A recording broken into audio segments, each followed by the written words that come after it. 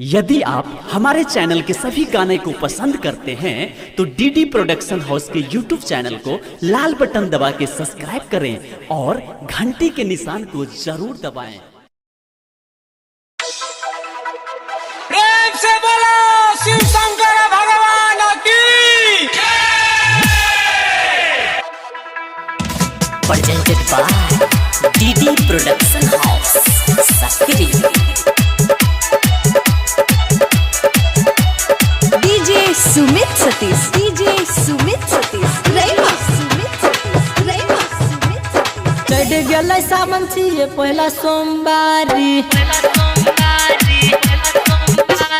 चढ़ गया सावन छिए पहला सोमवारी, चढ़ गया सावन छिए पहला सोमवारी, चढ़ गया सावन छिए पहला सोमवारी। भोले जी के नारा लगाएंगे, असो सावन में देव घर जाएंगे। हाँ भोले जी के जल चढ़ाएंगे, असो सावन में देव घर जाएंगे। हाँ भोले जी के जल चढ़ाएंगे।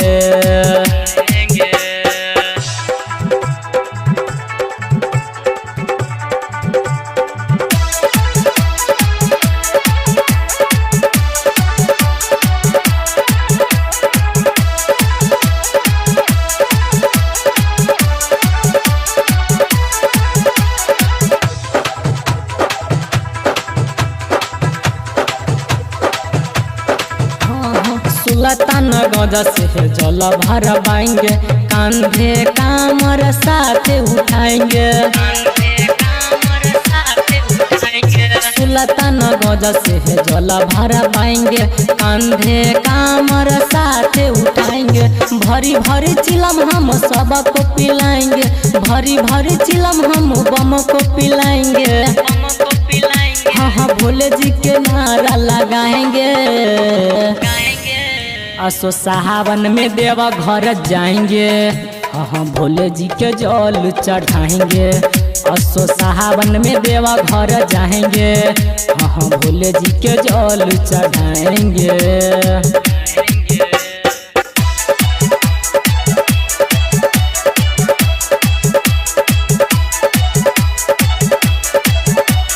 DJ Sumit Satish, DJ Sumit Satish, Rema Sumit Satish, Rema Sumit Satish. ढारी ढारी जल भोले को मनाएंगे, हम भोले जी के चरणों में शीश झुकाएंगे। ढारी ढारी जल भोले को मनाएंगे, भोले जी के चरणों में शीश झुकाएंगे। जय कृष्ण जय सिंह गाबैया गाना, जय कृष्ण जय सिंह गाबैया गाना।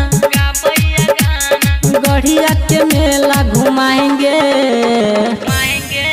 असो सावन में देव घर जाएंगे। हाँ भोले जी के जल चढ़ाएंगे, असो सावन में देव घर जाएंगे। हाँ भोले जी के जल चढ़ाएंगे।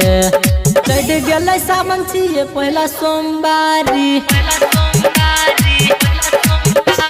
चढ़ गया सावन छिए पहला सोमवारी, चढ़ गया सावन छिए पहला सोमवारी, चढ़ गया सावन छिए पहला सोमवारी। हाँ भोले जी के नारा लगाएंगे, असो सावन में देव घर जाएंगे। हाँ भोले जी के जल चढ़ाएंगे, असो सावन में देव घर जाएंगे। हाँ भोले जी के जल चढ़ाएंगे। Recording by DD production house, Sakri 97 084 45 722।